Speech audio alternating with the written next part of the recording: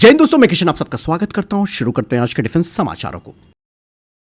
दोस्तों, Indian air force अब Israel से लगभग 200 यानी कि 200 नई रॉक्स जिन्हें कि क्रिस्टल मेज 2 कहा जाता है, उन्हें खरीदने की तैयारी कर रही है। ये मिसाइल बनाई है राफेल एडवांस डिफेंस सिस्टम ने। दोस्तों, ये जो रॉक्स मिसाइल है वो एक air launch stand of missile है, मतलब फाइटर जेट दुश्मन के पास जाए बिना दूर से ही टारगेट पर हमला कर सकता है। और इंडियन एयरफोर्स को दोस्तों इसी तरीके के हथियार चाहिए, क्योंकि अगर रॉक्स की रेंज की बात की जाए तो 250 से 300 किलोमीटर है, जिसका मतलब बिल्कुल साफ है कि दुश्मन के एयर डिफेंस के बाहर से इसे लॉन्च कर सकते हैं। और सबसे बड़ी बात दोस्तों रॉक्स की ये कि ये लास्ट मोमेंट में सुपरसोनिक स्पीड पकड़ लेती है, जिससे कि इसे इंटरसेप्ट करना बहुत मुश्किल हो जाता है, यानी कि हिट करो और बचकर निकल जाओ। और आपको मैं बता दूं कि 2024 में भारत ने Su-30 MKI से अंडमान निकोबार के पास इस मिसाइल का सफलतापूर्वक टेस्ट किया था। और सबसे इंपॉर्टेंट बात दोस्तों, आपको ये लग रहा होगा कि भाई हम क्यों खरीद रहे हैं, हम तो अपने प्रोजेक्ट पर काम कर रहे हैं। लेकिन दोस्तों, इस मिसाइल की सबसे बड़ी बात यह है कि भारत में ही इसका प्रोडक्शन हो सकता है, वो भी ट्रांसफर ऑफ टेक्नोलॉजी के साथ, जिस पर बात चल रही है, जिसमें कि किसी भारतीय प्राइवेट कंपनी को पार्टनर बनाया जा सकता है। और अगर ये डील फाइनल होती है तो ये भारत में बनने वाली दूसरी इजरायली एयर लॉन्च मिसाइल होगी। और पहली आप सब जानते हैं रैमपेज मिसाइल है। और रॉक्स मिसाइल लगने से इंडियन एयरफोर्स दूर से ही सटीक हमले कर सकती है, पायलट ज्यादा सुरक्षित रहेंगे और भारत की स्ट्राइक पावर कई गुना बढ़ जाएगी। फिलहाल इस बारे में आपकी क्या राय है, कमेंट सेक्शन में लिखकर जरूर बताइएगा। वही दोस्तों, भारत के कावेरी डेरिवेटिव इंजन, जिसे कि केडी के नाम से जाना जाता है, उसने एक बड़ी उपलब्धि हासिल कर ली है। इस इंजन ने रशिया में 100 घंटे की हाई एल्टीट्यूड टेस्टिंग सफलतापूर्वक पूरी कर ली है। दोस्तों, हाई एल्टीट्यूड टेस्टिंग में अक्सर इंजन को ऐसी कंडीशन में टेस्ट किया जाता है जहां बहुत ज़्यादा ऊंचाई हो, यानी कि लो एयर प्रेशर होता है, काफ़ी ठंडा वातावरण होता है और कम ऑक्सीजन होती है, ताकि ये पता चल सके कि इंजन असली उड़ान में कैसा प्रदर्शन करेगा। दोस्तों, यहाँ पर भारत के पास अभी एडवांस फैसिलिटी नहीं है, इसीलिए इंजन को रशिया के हाई एल्टीट्यूड टेस्ट फैसिलिटी में भेजा गया। और वहाँ भी दोस्तों स्लॉट मिलने में टाइम लगता है, और इसीलिए ये इंजन करीबन 3 साल तक रशिया में ही रहा। दोस्तों, ये इंजन खास तौर पर हमारे घातक यूकैफ, जो कि हमारा स्टेल्थ ड्रोन है, उसमें इस्तेमाल होगा। लेकिन दोस्तों, मैं आपको बता दूं कि ये जो उपलब्धि है वो भारत के लिए काफी महत्वपूर्ण है, क्योंकि दोस्तों यहाँ पर इंजन ने कठिन परिस्थितियों में अपने आप को साबित कर दिया है। और अब इससे भारत के स्वदेशी इंजन प्रोग्राम को और मजबूती मिलेगी और भविष्य में फाइटर जेट इंजन के लिए रास्ता साफ हो गया है। और कावेरी डेरिवेटिव इंजन की सफल टेस्टिंग दोस्तों भारत के लिए एक बड़ा माइलस्टोन भी है, यानी कि भारत अब धीरे धीरे अपने दम पर जेट इंजन बनाने की दिशा में आगे बढ़ रहा है।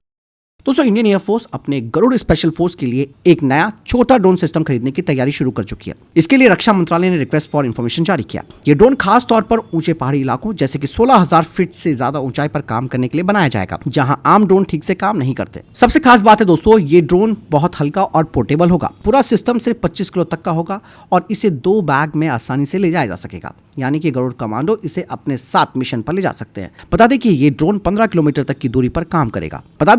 दूरी पर काम कर सकेगा, कम से कम 60 मिनट तक हवा में उड़ेगा, बिना रनवे के सीधे वीटोल उड़ान भरेगा। इसमें दोस्तों कई हाईटेक कैमरे लगे होंगे, जैसे दिन में एचडी कैमरा से ये 1 किलोमीटर दूर इंसान और 1.5 किलोमीटर की दूरी पर गाड़ी को पहचान सकता है। रात में इंफ्रारेड कैमरे से निगरानी ये कर सकता है। और साथ ही साथ दोस्तों इसमें कई स्मार्ट टेक्नोलॉजी का इस्तेमाल होगा, मतलब ये खुद से टारगेट को ट्रैक कर सकता है, लाइव वीडियो भेज सकता है, जीपीएस ना होने पर भी काम कर सकता है। इवन दोस्तों इसके लिए ग्राउंड कंट्रोल सिस्टम भी काफी मजबूत होगा, ताकि सुरक्षित और इनक्रिप्टेड कम्युनिकेशन हमें मिल सके। और इस ग्राउंड कंट्रोल सिस्टम में भी दोस्तों 36 घंटे का बैकअप होगा और जंग के दौरान एक स्टेशन से दूसरे में कंट्रोल ट्रांसफर भी किया जा सकता है। ये सिस्टम दोस्तों खराब मौसम, तेज हवा और इलेक्ट्रॉनिक जैमिंग जैसी मुश्किल परिस्थितियों में भी काम करेगा। इस ड्रोन की लाइफ कम से कम 7 साल बताई जा रही है और 500 बार लैंडिंग तक इसका इस्तेमाल हो सकता है। इसके साथ ट्रेनिंग भी दी जाएगी ताकि इंडियन एयरफोर्स खुद इसे ऑपरेट और मेंटेन कर सके। और ये नया micro UAV system Garud commandos की ताकत को बढ़ाएगा, खासकर कि पहाड़ी और मुश्किल इलाकों में निगरानी और ऑपरेशन के लिए।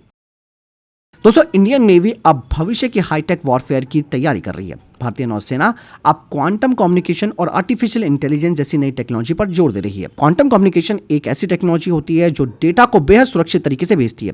इसे हैक करना लगभग नामुमकिन होता है, दुश्मन बीच में डेटा को नहीं पकड़ सकता और जंग के दौरान सुरक्षित कम्युनिकेशन बहुत जरूरी हो जाता है। मतलब साफ है कि नौसेना अपने जहाज, पनडुब्बी और एयरक्राफ्ट के बीच अनब्रेकेबल और सुरक्षित यानी कि सिक्योर नेटवर्क बनाना चाहती है। इवन एआई से वॉरशिप्स की मेंटेनेंस होगी। अब जहाजों की मरम्मत पुराने तरीकों से नहीं होने वाली। एआई की मदद से जहाज के अंदर लगे सेंसर्स हर समय डेटा भेजेंगे। मशीन खुद बताएगी कि कौन सा पार्ट खराब होने वाला है और हम पहले ही मरम्मत कर पाएंगे, मतलब ब्रेकडाउन से पहले। इससे जहाज हमेशा तैयार रहेंगे और मिशन में देरी नहीं होगी।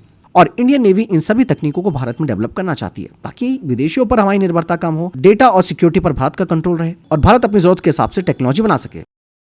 दोस्तों वहीं म्यांमार ने अब अपनी फ्लीट में Russian Su-30 SME fighter jet शामिल कर लिए हैं। ये फैसला उन्होंने इसलिए लिया क्योंकि वो पहले से JF-17 थंडर का इस्तेमाल कर रहे थे, जिसमें काफी तकनीकी समस्याएं आ रही थी। म्यांमार ने 2016 में दोस्तों 16 JF-17 फाइटर जेट खरीदे थे, लेकिन कई फाइटर जेट उड़ान के दौरान खराब हो गए, कईयों के पंखों में दरार आने लगी, रडार सिस्टम सही से काम नहीं कर रहा था, मेंटेनेंस में भी दिक्कतें आ रही थी। 2022 से 2023 तक लगभग 11 जेट उनके ग्राउंड हो चुके हैं। लेकिन दोस्तों उन्होंने अब Su-30 SME को चुना है। Su-30 SME दोस्तों एक भारी और ताकतवर फाइटर जेट है। ये ट्विन इंजन वाला है, मतलब ज्यादा भरोसेमंद है, लंबी दूरी तक उड़ान भर सकता है, ज्यादा हथियार ले जाने की इसकी क्षमता है, इसमें बेहतर रडार और इलेक्ट्रॉनिक्स है, यानी कि ये JF-17 से कई गुना ताकतवर और एडवांस है।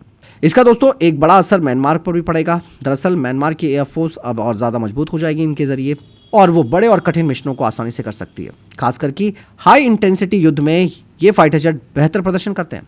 और यहाँ पर दोस्तों एक बात और साबित हो जाती है रशियन टेक्नोलॉजी पर भरोसे की। अब म्यांमार के पास नए Su-30 SME और पुराने MiG-29 हैं, और म्यांमार अब इन पर ज्यादा भरोसा कर रहा है, खासकर कि बड़े ऑपरेशन के लिए।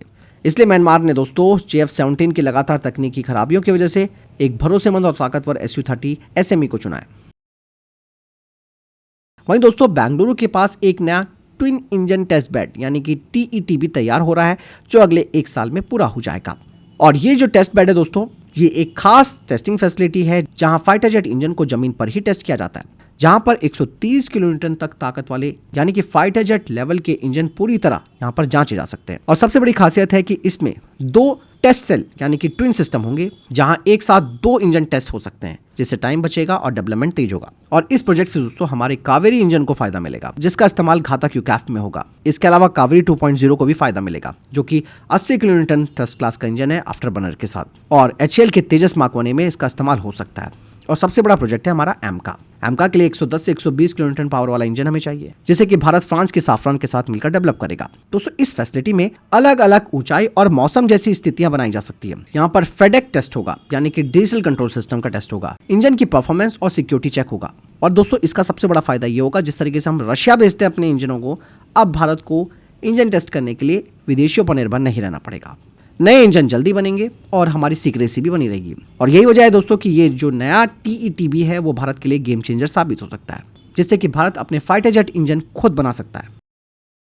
दोस्तों भारत अब समुद्र के अंदर होने वाले खतरों से निपटने के लिए एक हाईटेक सिस्टम बना रहा है, और DRDO ने इसके लिए मारिस सिस्टम को डेवलप किया है, जो कि एक सॉफ्ट किल सिस्टम है। इसका काम होगा दुश्मन के टॉर्पीडो को भ्रमित करना, नकली डिकॉय बनकर उन्हें भटकाना और अपनी शिप को बचाना। ये सिस्टम अब इंडियन नेवी के जहाजों में लगाया जा चुका है। यहाँ पर एक स्मार्ट सिस्टम भी है, जो कि काफी एडवांस सिस्टम माना जा रहा है। ये स्मार्ट सिस्टम एक मिसाइल की मदद से टॉर्पीडो को सैकड़ों किलोमीटर दूर ले जाता है, फिर टारगेट के पास गिराकर दुश्मन की पनडुब्बी पर हमला करता है। मतलब दुश्मन के पास जाए बिना हम उस पर हमला कर सकते हैं।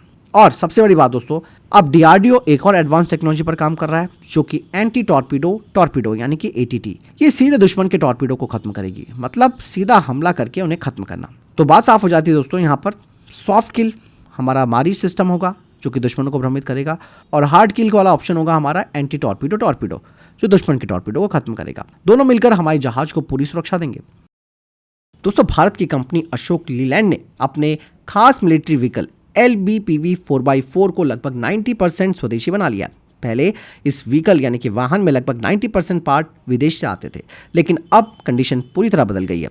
अब सिर्फ कुछ जरूरी चीजें बाहर से आती हैं, जैसे कि खास तरह का मजबूर आर्मर स्टील और 40 mm का मोटा बुलेट प्रूफ ग्लास। ये दोनों चीजें बहुत खतरनाक गोलियों जैसे कि AK-47 और स्नाइपर राउंड्स को भी रोक सकती हैं। LBPV 4x4 की बात की जाए तो ये वाहन खास तौर पर आतंकवाद विरोधी और सिक्योरिटी ऑपरेशन के लिए बनाया गया है। यह हर तरीके के रास्ते पर चल सकता है। 250 mm से ज्यादा ग्राउंड क्लियरेंस है, तेज स्पीड से तुरंत एक्शन लेने की क्षमता है, मजबूत सुरक्षा के साथ हाई मोबिलिटी है। और बता दें कि दोस्तों ये वाहन इंडियन एयरफोर्स के एयरबेस की सुरक्षा में काफी महत्वपूर्ण रोल निभाता है। अगर कोई खतरा आता है तो ये वाहन तेजी से मौके पर पहुंच सकता है, जवानों को गोलियों से सुरक्षा देता है, दुश्मन को एयरबेस के अंदर आने से पहले रोक सकता है। बता दें कि इस प्रोजेक्ट में अमेरिका की लॉकहीड मार्टिन की टेक्नोलॉजी का इस्तेमाल किया गया था, लेकिन अब भारत ने खुद ही उस टेक्नोलॉजी को डेवलप करके उसे पूरी तरह स्वदेशी बना लिया है। यानी कि LBPV 4x4 का 90% स्वदेशी होना भारत के लिए बड़ी सफलता है। इससे हमारे देश की डिफेंस ताकत बढ़ेगी, फॉरेन कंट्रीज पर हमारी डिपेंडेंसी कम होगी और मेक इन इंडिया को भी मजबूती मिलेगी। इसके अलावा फ्रांस और जर्मनी का जो बड़ा फाइटर जेट प्रोग्राम है, जिसे कि FCAS कहा जाता है, यानी कि फ्यूचर कॉम्बैट एयर सिस्टम, वो अब ऐसी कंडीशन में पहुंच गया है कि या तो इसे बनाओ या फिर छोड़ो। मतलब मेक और ब्रेक की स्थिति में पहुंच गया है। 2026 में दोस्तों अब एक मीटिंग होने वाली है जो कि इस प्रोजेक्ट का भविष्य तय करेगी कि ये आगे बढ़ेगा या टूटेगा। दोस्तों ये जो फ्यूचर कॉम्बैट एयर सिस्टम है ये एक हाईटेक प्रोजेक्ट है जिसमें कि 6th जनरेशन का फाइटर जेट बनाया जाएगा जो अपने साथ स्वार्म ड्रोन्स कैरी कर सकता है और कॉम्बैट क्लाउड यानी कि डेटा नेटवर्क इसमें होगा। सब मिलकर सिस्टम ऑफ सिस्टम बनाएंगे। यहाँ पर दोस्तों विवाद किस बात का है ये भी आप जान लो। मेन लड़ाई दो कंपनियों के बीच है, पहली फ्रांस की डासो एविएशन और दूसरी जर्मनी की एयरबस डिफेंस एंड स्पेस के बीच। विवाद का रीजन है कौन लीड करेगा इस प्रोजेक्ट को, किसे कितना काम मिलेगा और आईपी राइट्स किसके पास होंगे। फ्रांस चाहता है कि डासो इसे लीड करे जबकि जर्मनी चाहता है बराबरी। अब दोस्तों यहाँ पर नेताओं का रोल भी काफी इंपॉर्टेंट हो जाता है। इमैनुअल मैक्रोन ने खुद कहा है कि कंपनियां अभी तक सहमत नहीं हो पा रही हैं। अब दोनों देश मिलकर आखिरी कोशिश कर रहे हैं। अगर डील फेल हुई तो जर्मनी अगला फाइटर जेट बना सकता है, फ्रांस किसी और देश जैसे कि यूके के साथ जुड़ सकता है, स्पेन भी प्रोजेक्ट छोड़ सकता है, यानी कि पूरा यूरोप का डिफेंस प्लान टूट सकता है। लेकिन दोस्तों इससे नुकसान ही है क्योंकि यूरोप अमेरिका के F-35 लाइटनिंग II पर निर्भरता कम करना चाहता है, इसलिए ये प्रोजेक्ट उनके लिए इंपॉर्टेंट भी है। अब भारत के लिए भी दोस्तों ये प्रोजेक्ट काफी इंपॉर्टेंट हो जाता है क्योंकि पिछले कुछ दिनों में अपडेट भी आ रही थी कि भारत इस प्रोजेक्ट में जुड़ सकता है क्योंकि एक मल्टीनेशनल प्रोजेक्ट है। लेकिन विवाद जिस तरीके से बढ़ रहा है उससे टाइम भी ज्यादा लगेगा और पैसा भी बढ़ेगा। लेट्स सी अगले महीने होने वाली बैठक ये तय करेगी कि ये प्रोजेक्ट फेल होगा या पास। तो ये था अभी तक के दोस्तों टॉप डिफेंस अपडेट। वीडियो के संबंध में कोई प्रश्न जवाब या आपको कोई सवाल है कमेंट सेक्शन में लिखकर जरूर पूछ सकते हैं। वीडियो को लाइक और शेयर कीजिएगा। ख्याल रखिएगा अपना। जय हिंद, वंदे मातरम।